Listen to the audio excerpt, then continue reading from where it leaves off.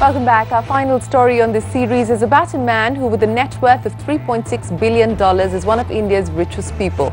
But that's not what makes Adi Godrej special. One of corporate India's most respected and admired leaders, he spent several decades transforming the Godrej Group into a world-class multinational company. Over the last decade, he's groomed his 3 children in various aspects of running the group. He's also embarked on a strategy of international acquisitions to take the Godrej Group into newer markets. We salute the undying spirit of Adi Godrej.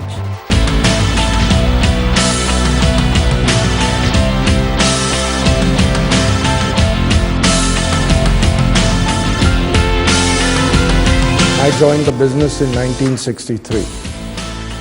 I studied in the US just before I joined the business, and I went, of course, to study at MIT. I went to study engineering, but I then did both an undergraduate degree in engineering and a management degree. And when I came back, I was the first management graduate to join the Godrej Group.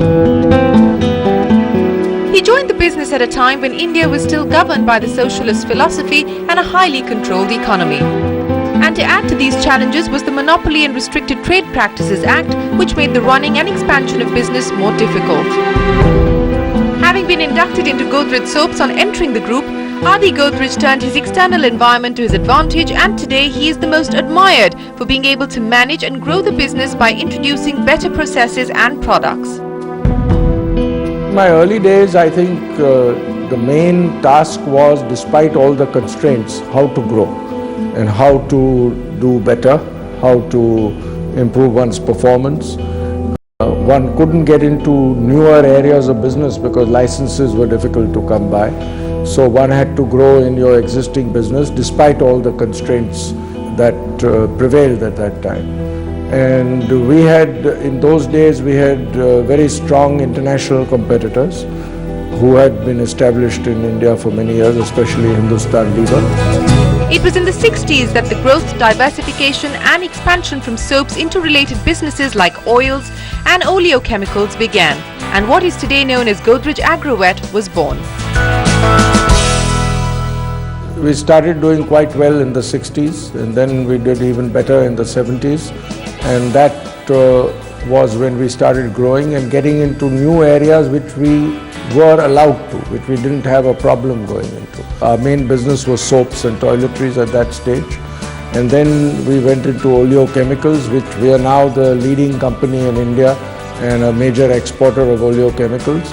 And we went into making products from oil seeds. We consumed a lot of oil, so we started manufacturing the oils ourselves from oil seeds, a process called solvent extraction, which extracts the oil from oil cakes. And we started exporting the residual product, which was oil meal, which was used in animal feed manufacture across the world. Then we decided, instead of exporting all that we produce, why not start making animal feeds in India? And we got into animal feed manufacture in the 80s, and that business has become quite big now. We are the largest manufacturer of animal feed in the country, and we have a large agri-business company called Godrej Agrovet. Making the best use of his management skills at an early stage, Adi Godrej helped improve processes and products at the group. He ensured that moving ahead meant involving every member of the organization, and his leadership style got him support from family as well as employees. I was the first management graduate to join our company, so I could put my management knowledge into place at an early stage, and that helped improve processes, improve performance.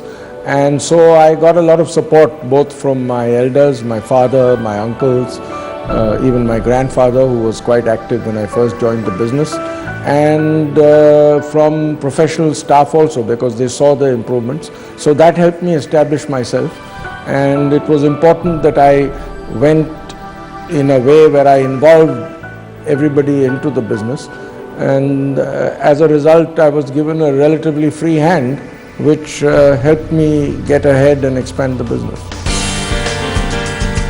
The company that Adi Godrej initially joined, Godrej Soaps, was split into Godrej Consumer Products, Godrej Agrovets and Godrej Industries.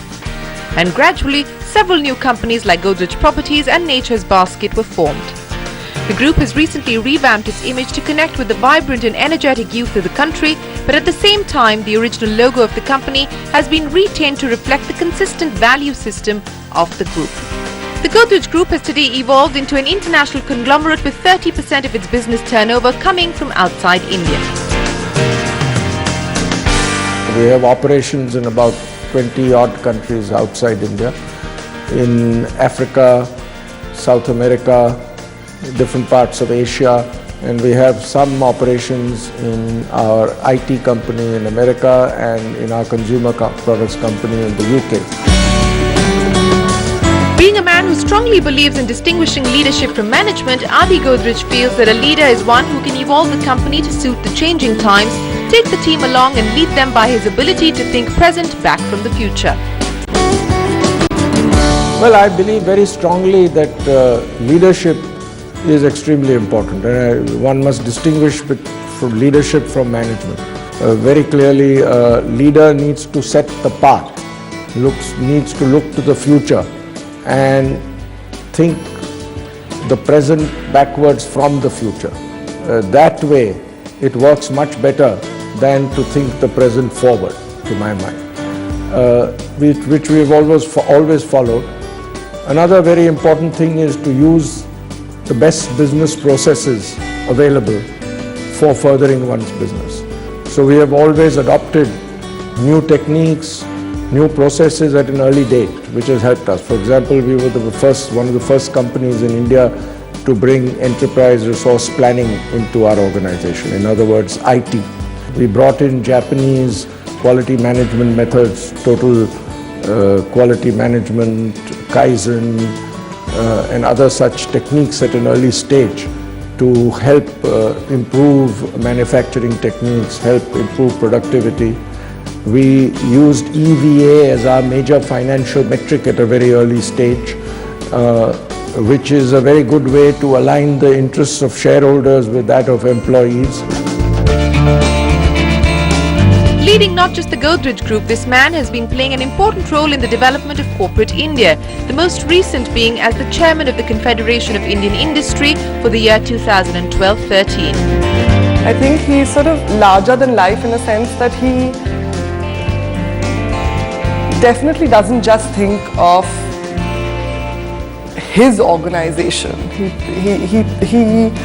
thinks of the industry as a whole, he thinks of the country and how we must improve and what needs to be done, and I think he's a very passionate spokesperson for all of this, and I think that's a great distinguishing factor about him. He's not myopic in his thinking, he's not narrow and selfish.